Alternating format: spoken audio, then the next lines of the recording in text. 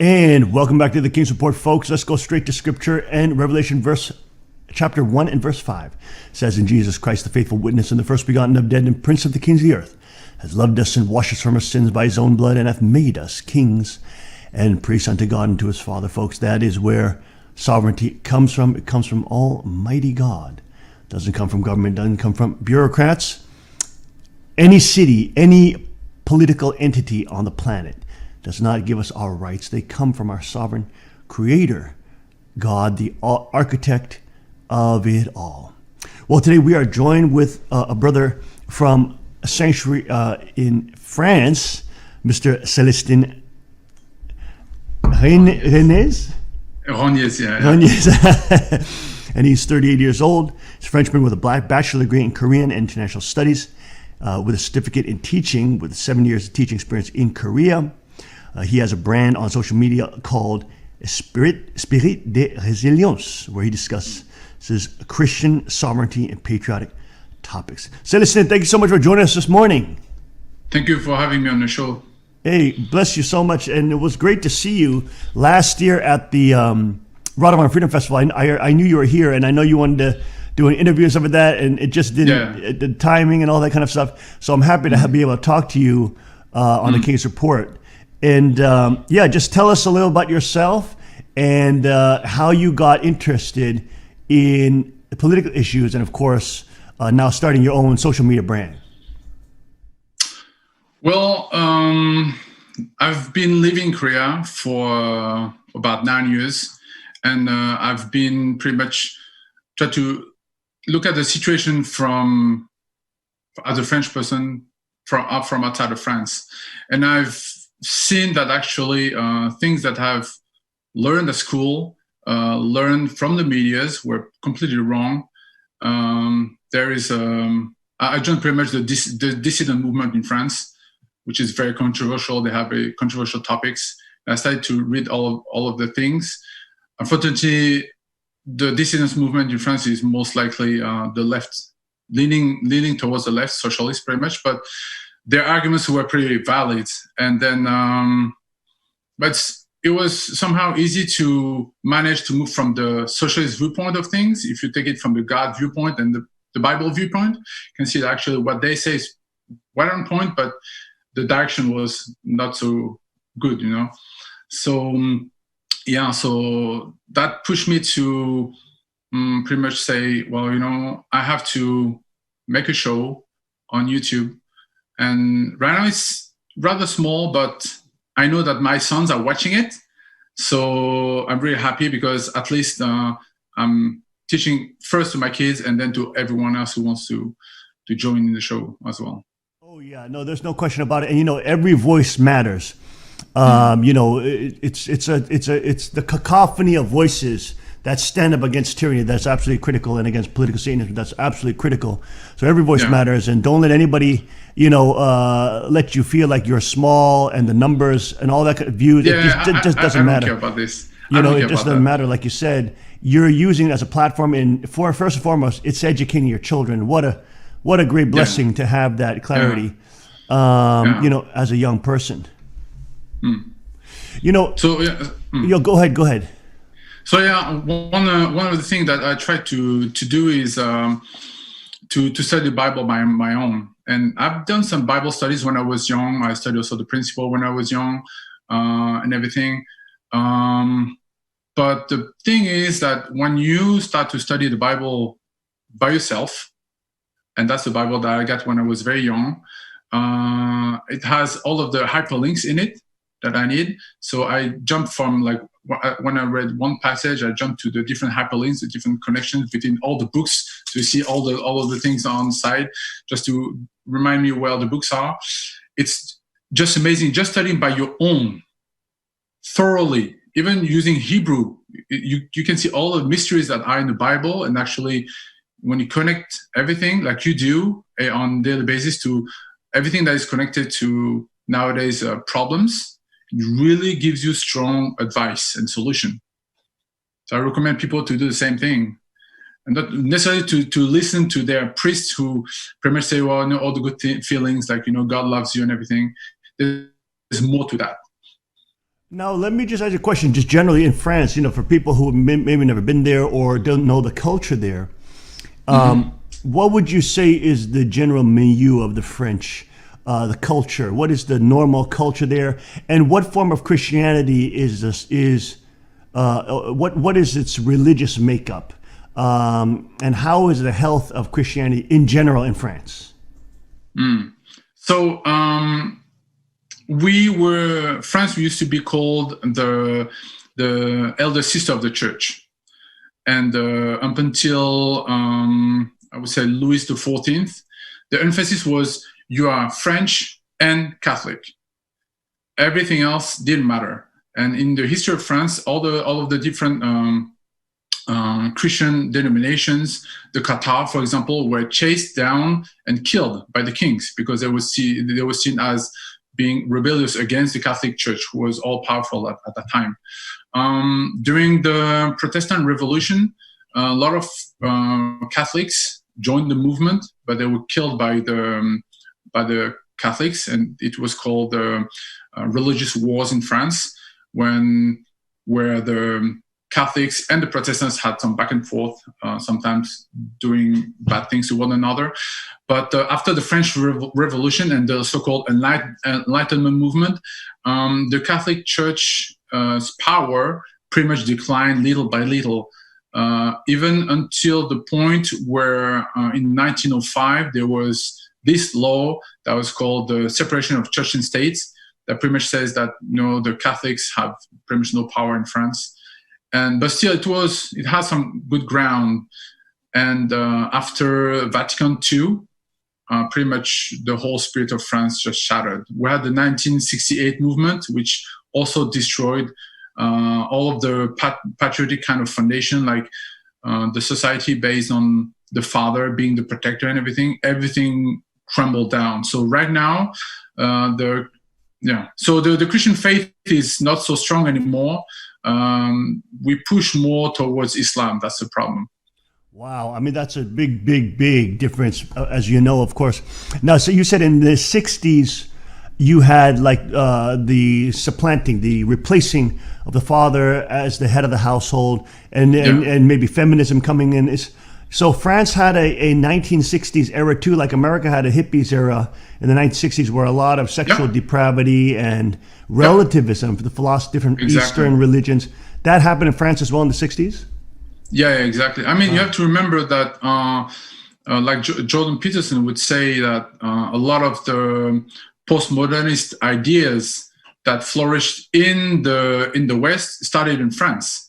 So it started actually from the academics who were pushing in the intellectual world. Like, unfortunately, if you know Sartre, Jean-Paul Sartre was one of the prominent figure. Oh, Simone de Beauvoir, all those French people. Yeah, exactly. I mean, discussing people. If you look at what they've done, so they emphasized a lot on their platform and on the different cafes doing discussions, and then it moved from France to America and spread all around the world. That's interesting, because the academics have done a lot of damage. We just for Sunday service we played our brother, a godly brother in arms, Mr. Craig Sawyer, who's also Navy SEAL, and I think you met him last time when you came here. I think maybe you. I wanted to meet him, but I didn't have the opportunity to meet everyone. But okay. Well, he's coming back this year.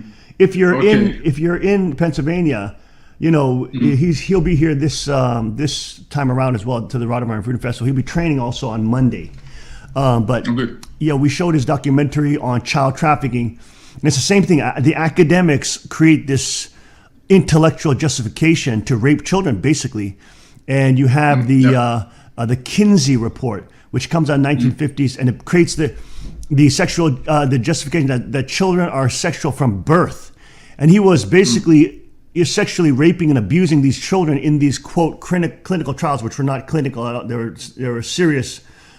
Criminal trials is what he was doing, and he created a justification that young children, 2 months year old, 4 months year old babies want to be sexual. I mean, it's just incredibly, it's insane. It's demonic.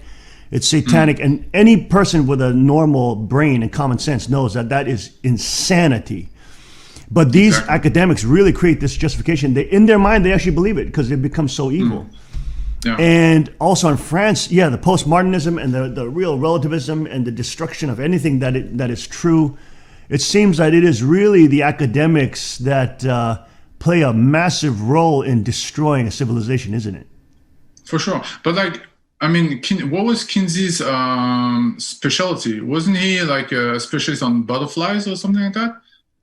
That has nothing to do with children education or... Right. I mean, Craig Sawyer in the documentary doesn't go into what he was, quote, trained in, but he was definitely became famous for, what they call the King's Report in his books on male and female sexuality, which it just created so much lies and falsehood in the general public. And of course, as you know, the media and Hollywood and all these famous people, they ran with it. They loved it. They just, hey, the scientist says. And it literally destroyed the moral fabric of America and allowed for these pedophile groups to start building and gaining tremendous power. It's interesting because we talk about, like Foucault and like Sartre and Simone de Beauvoir. All these people were actually, it's interesting because they were in their writings, especially Simone de Beauvoir. She was advocating for pedophilia. These people were actually arguing for pedophilia and saying that it's normal and it's healthy and that we should get down these traditional laws. So it's interesting. It's always these people who push this kind of tearing down of, quote, traditional culture or Christian values. It always ends up in the same place. And there were major scholars that were pushing for pedophilia. In France in general, I'm sure the common man and the common person who has a conscience sees that as incredibly evil and bad. But what is the cultural stance, and like what is the government stance? Are they trying to push, quote, minor attraction syndrome in the schools? Have you seen this? Yeah, I mean, that was some years ago when the François Hollande was in charge, was the president. There was Najat Vallaud-Belkacem. She was the head of the education department, and she pushed for the what do you call that, some kind of education for the kids, like, it's okay to start to look into your sexuality and stuff like that. And there was a big backlash on it, but they tried to suppress it, saying, well, actually that's not what you think. But actually it's exactly what we think, because in Germany, fathers who opposed the same kind of sexual education, one father actually was sentenced to jail because he didn't comply. So there was some backlash from that. Luckily, right now, when my kid was going to school, we didn't see any of that coming. But you have to understand, in France, we don't enjoy so much the freedom of expression that as you do in America. So you have all of these groups that go around like Mr. Sawyer, who go around and try to push the message forward.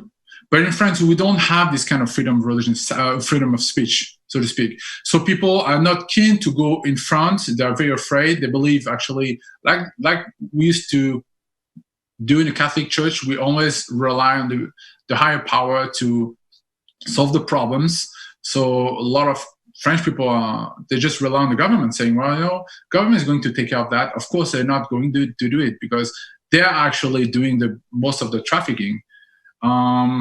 So some people try to put some of the pedophiles into shame, but it doesn't go very far because we don't have, any veterans like Mr. Sawyer who actually put themselves online and protect the people. We cannot have this kind of militia in France. So, I mean, I would really want to see his kind of ideas flourishing in France, and I'm sure because there's a lot of pedophile scandals that happen we can see that on the medias, but it's just like, stuff happens sometimes.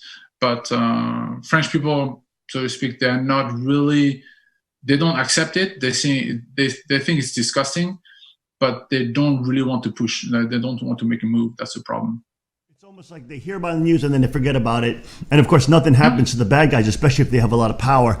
Are there any people in France that have been like really high profile, like Jimmy Savile in Britain, that worked for the BBC and then was connected with King Charles, Prince Charles, and was, of course, connected with Jeffrey Epstein and all these pedophile islands? Is there also somebody who's connected in France that people know of that is connected to this whole network of Epstein, Clinton, Jimmy Savile, British royal family, etc., in terms of sex trafficking or pedophilia? So we know that Jeffrey Epstein had some high-profile connection. The problem is that we don't know the connection in France because some people want to hide the connections, if you know what I mean.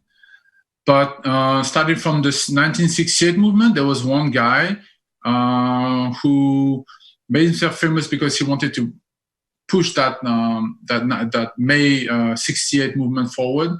I forgot his name, but that guy is in the politics right now. And there was an interview with him back in the day when he said that he used to be an educator with the kids. And on that interview, he would say, like, laughing about it, saying, you know, there's nothing that can give you so much pleasure than a 2 or 3 year old girl or boy who'd undress you. That's so sick, you know. And that guy is still like, he's still in power. He's still like on the TV platforms and everything. Some people try to put him to shame, but you know, he's untouchable. Wow. Yeah. So this kind of people, we know about it, but you know, French people don't want to do, like, they're too busy working, you know. Right, that's the thing. Right. Yes. Now, in France, like in the last year before the Chicom virus hit and really destroyed a lot of these demonstrations around the world, we had the big Yellow Vest movement in France. And that was humongous. I mean, millions of people demonstrating and millions of people protesting. Now, we heard there was a lockdown in France. Of course, now you're out of quarantine, so to speak. But during the quarantine, wasn't there a big gathering of people that were against the quarantine and they were not wearing masks? And there was like at least thousands of people on the streets. Was that? Do you recall that? What I recall is just people trying to somehow not care about what the government would say. So they would go on the street where at the beginning of where we thought that the virus was actually very bad. So they tried to challenge somehow the government, but I don't think it was connected to the Yellow Vest movement. So we see a lot of people on the street in bars and restaurants and enjoying their last time before the lockdown would happen. So that was what I recall. How long was your lockdown in France? I would say about 2 months. 2 months, and that must have really hurt a lot of small businesses and stuff like that in France. It did, yeah. In the city where I live, like a lot of, it's a city that is actually on the coast, so it's a I would say a tourist-driven economy.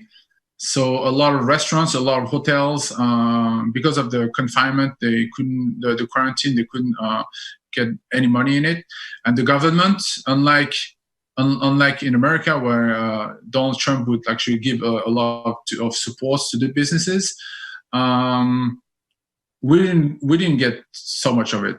So I heard some businesses would actually close, but actually somehow they still managed to survive. But big companies like Peugeot or Renault, who have their own companies on the eastern part of France, they say if they start to open right now with all of the bills that they have to pay, they will have to shut down. So they push for actually a lot of help from the government, which is exactly what the government wants, because if they provide a lot of help to the businesses, they're going to ask for more money as taxes next year.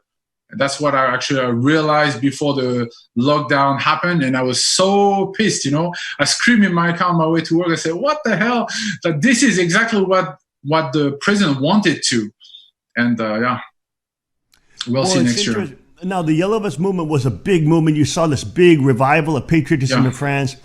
I mean, millions of people, and of course, the Chicom virus shut that down. But give us a little sense of how, when that was happening, and there was a real resistance starting to develop, which has now kind of been pushed underground, but it was now in the forefront. What was the situation like? Because I know you were out at a lot of those protests. What was it like? Were people getting arrested? How were the cops and the police dealing with the protesters? And what was Macron's general response to the yellow vests? So Macron's response is, oh my gosh, there is somehow, that's a feeling where actually he believes that, okay, let me go back. I believe that actually what happened was Donald Trump went to France to meet with Macron, and Macron said some things to Donald Trump. And right after Donald Trump went back to America, the Yellow Vest movement started. So it started actually as a very big movement to, like, people were fed up. They say, okay, enough is enough. They ask for an increase on gas prices, and a lot of people who work very tough jobs, construction and everything, they live far away from their working place, so they couldn't bear it anymore. So a lot of ideas actually started to happen. No, we should reform this, and that, but we have to create a front against Macron and against what he stands for, which is the banks, which is bank cartels, and which is all the big company leaders who actually put the lowest strata of the French citizen down. So at that time, I joined the Yellow Vest movement. It used to be very patriotic, very you had people from the left, center, right, extremes as well joining in. But somehow, little by little, it was invaded by, I would say, leftist or communist ideas. Like, some people actually would ask me questions like, hey, what are your ideas?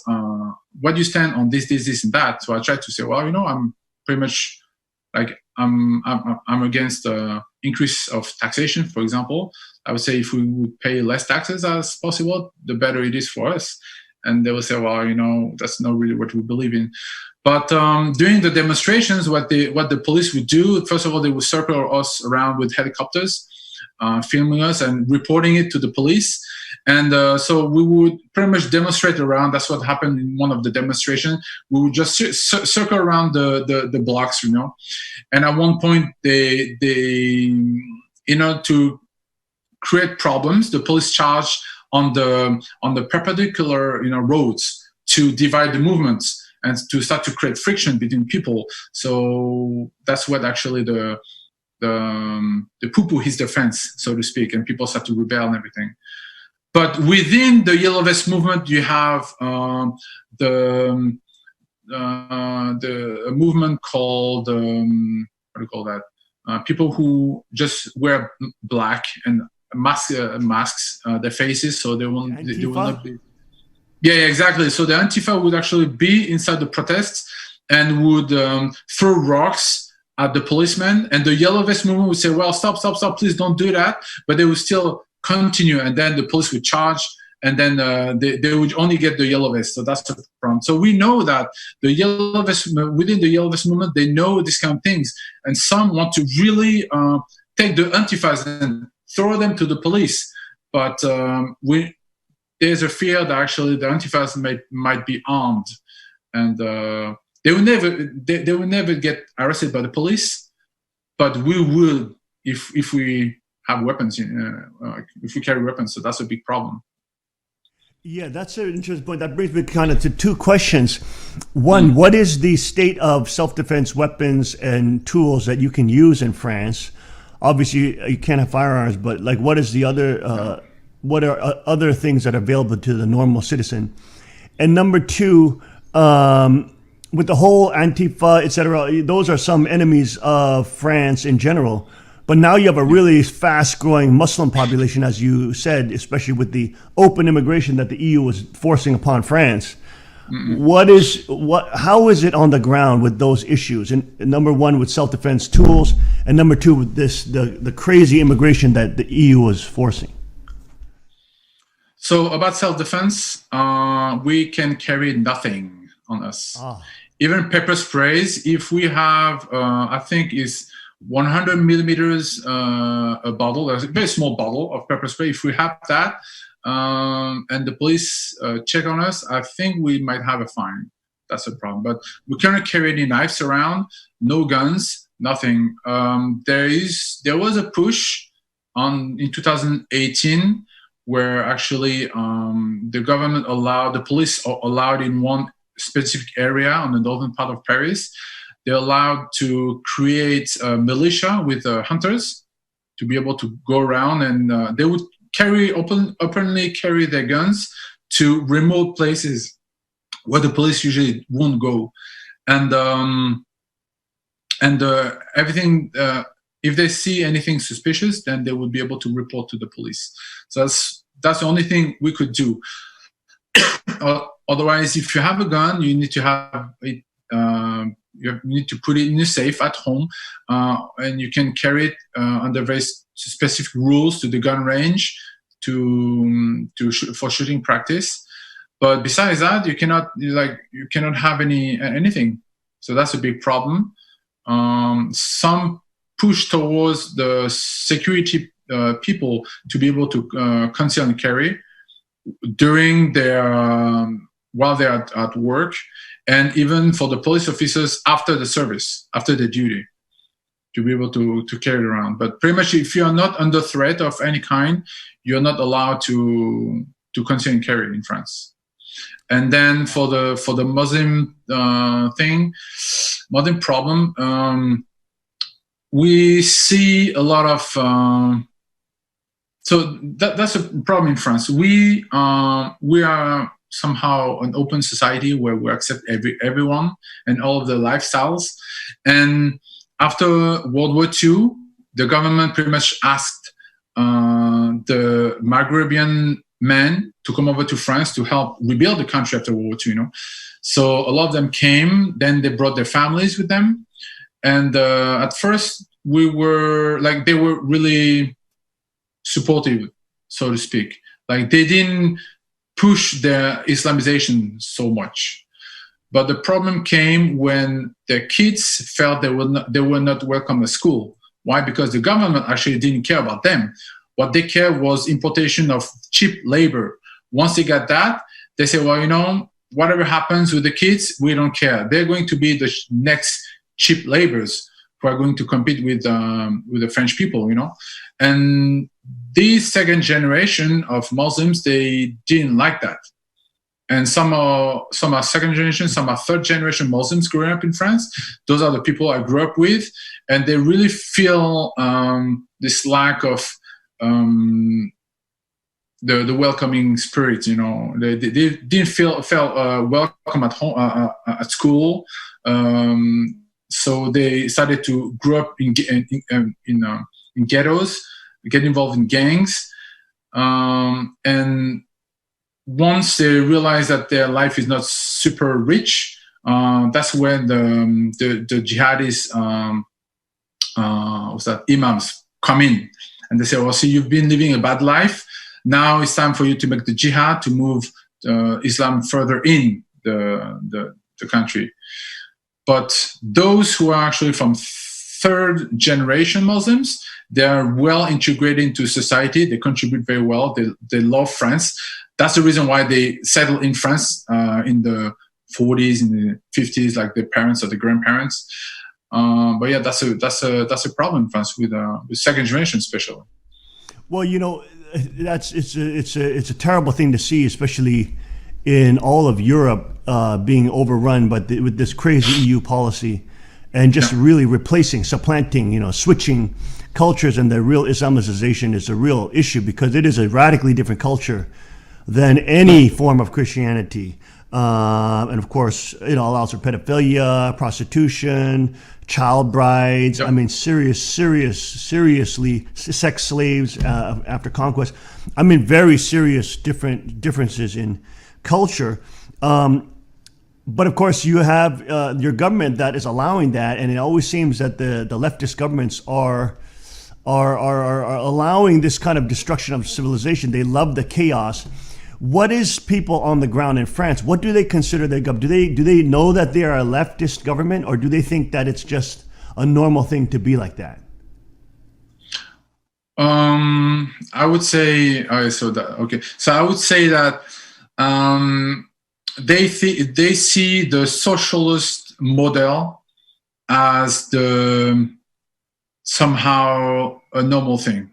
Why? Because unlike England and America, where actually you fought communism and socialism, facts, we thought that we knew better than you, and we tried to cope with socialism on the intellectual level, and we failed. That was in the 19th century, like middle of 19th century, right after Karl Marx put on his Communist Manifesto. We lost that battle already. So what happens is that we moved from very conservative, strict conservative Christian, right-leaning values, slowly but surely to socialism. So now what we see in France is that we believe that all of the parties that are on the right are actually, they represent the right, but actually they represent the center or the center left. Right. So that's a big problem, because people get very confused, but we have to know about this. And then so so every single parties, even on the right party, they must have socialist-based ideas if they want to have massive electors. That's a problem. It's the same thing in Korea. We believe that we believe that somehow the right-leaning party is actually a strict right party, but actually it's not. It's more like center right or center left. Exactly. That's a big problem. Oh yeah, no question about it. It's like being you have a choice, but they're two of the same crop. Exactly. Now you say that so actually people in France, because they don't know this, they are lured into believing that actually the socialism is the new right, so to speak. Oh my gosh, that's insane. Now, France has a very strong censorship rules. If you speak out, can people in France, can they access everything and get free information off the internet, or is it very heavily monitored? Even in the America, we see that now more and more with Twitter and Facebook and Instagram. All these companies are starting to monitor and shut down conservative sites. Obviously, you see that in France, but what is the degree of it? I would say that we don't face so much the censorship so much as like InfoWars or like other conservative faces in America and England, like Paul Joseph Watson. So far, what the people have done to the French dissidents is to find a way to put them into trial and ask for money. That's the way the dissidents has been chipped. And it's been divided to conquer everything. So they put you on trial and they ask you for a very high fee, and they don't really ask you to go to jail, because that's not what they want. They want reparation. You've hurt our feelings, so you have to repair with money and more money. If you cannot afford to pay the fine, then they kill you on so to speak on your platform. You don't exist anymore. Now, can you access InfoWars or Paul Joseph Watson in France? Yeah. I follow every day, like pretty much every day, Paul Joseph Watson. So we don't have that. But the problem is this. But if you say something, you get in trouble. Of course. If you say something against Islam, you get warnings from Facebook and Twitter and everything. But now there's this new rule, this new law actually that came out recently, I guess 2 weeks ago. It's called the Avia law, where pretty much they say they want to wage war. That's their term. They want to wage war against hatred online.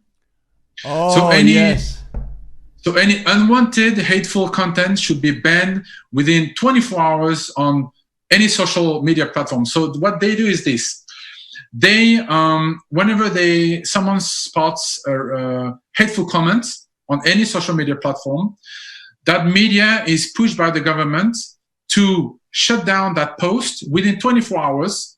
Otherwise, they are going to have to pay a very high fine, sometimes up until 1.2 million euros. So what do you think is going to happen?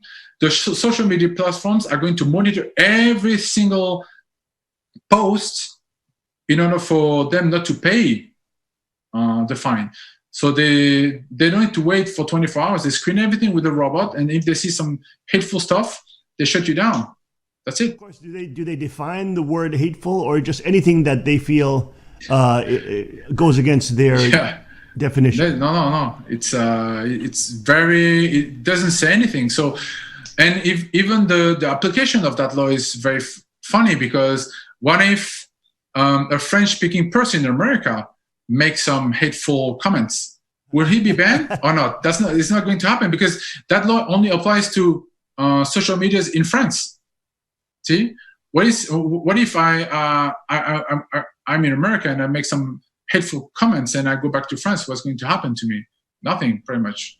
So now in America, right now with the Chi-Com virus and all this, in America, we have a very strong push by the media, and they're always interviewing Bill Gates and the vaccines that he's purporting to come up with, and he's going to save the world, all this kind of ridiculousness.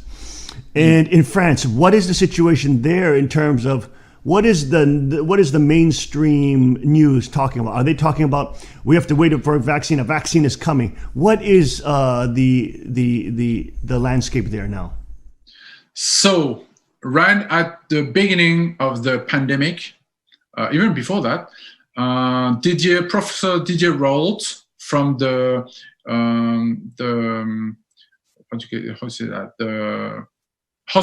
University Hospital in Marseille said publicly and with strength that the hydroxychloroquine is the solution to cure the CCP virus.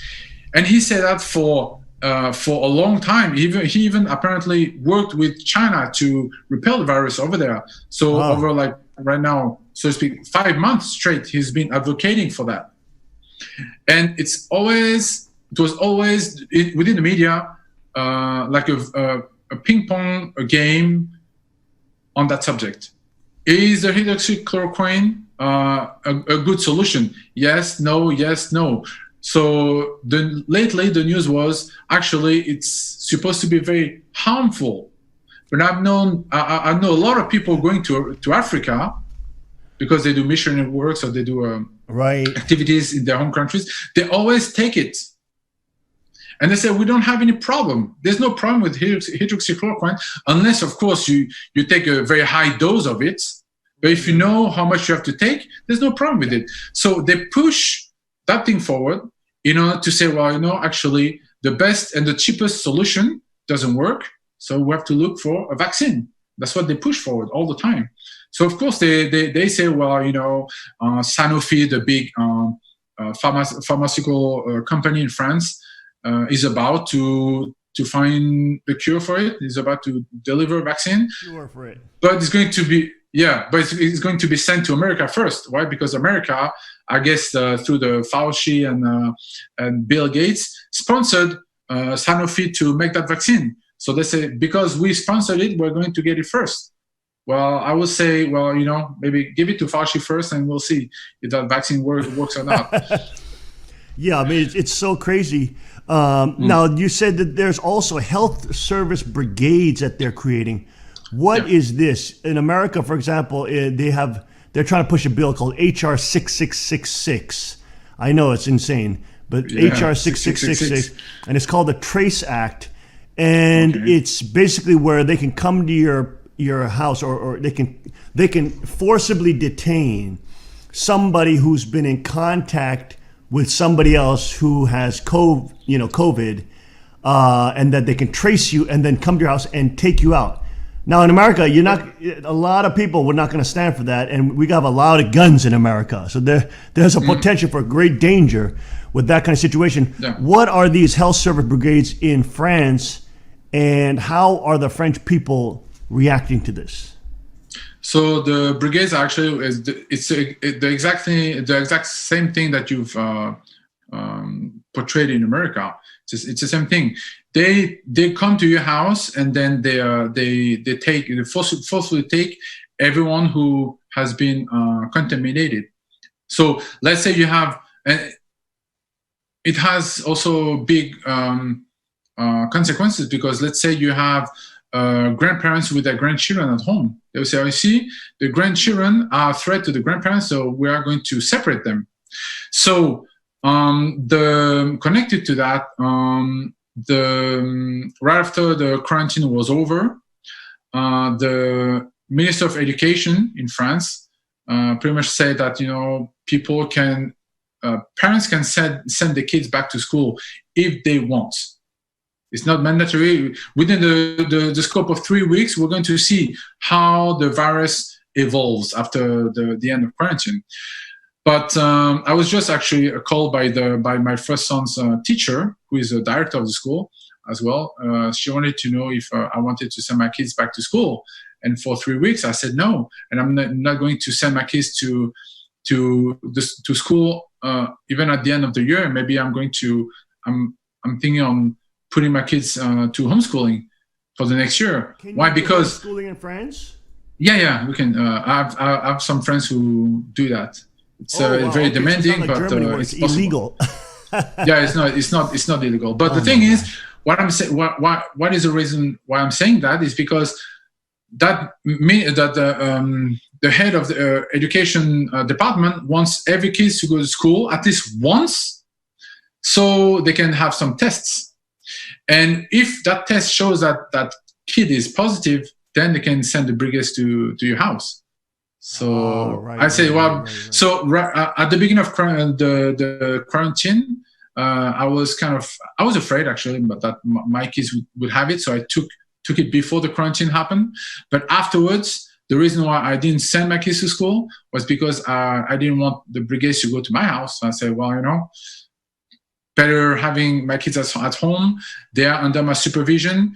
And I actually at home I teach way more than what the school is teaching. So it's always beneficial for my kids anyways. And you're actually a teacher too as well. So it makes total sense. Yeah, exactly. Well, it's. I mean, you won't believe. Like, my son is he's on I would say third grade, so third year of elementary school. It's a 5-year plan in France, and he's done already all of the program. He's done like his level. He finished everything already, so he's studying the next level already, and he's about to finish it. And his teacher wants. Like, we want him to move like a grade up next year, But his teacher said, well, but she doesn't want to do it because she's afraid of his social backlash, Yeah, he's not going to have friends anymore. And I said, well, that's BS. I don't believe that. It's total ridiculousness, and of course, they want them to just spend time with their friend class, and of course, get constant indoctrination from government schools. To separate from the parents in the end. It's crazy times, Celestine, and we're happy and hopeful that you are doing well there in your family and all the other folks that are in France. And of course, it's very important that everybody in their countries are working to resist this tyranny that is being forced upon everybody around the world. And of course, we have brothers and sisters in Japan, Korea that are fighting against this type of tyranny and fighting for liberty. And so we applaud you and we salute you and the work that you are doing there. How do people find you on social media and your channel, Spirit de Résilience? So you can find my channel on YouTube at Esprit de Résilience, or I'm on Instagram as well. I'm on Twitter, and I'm on Facebook.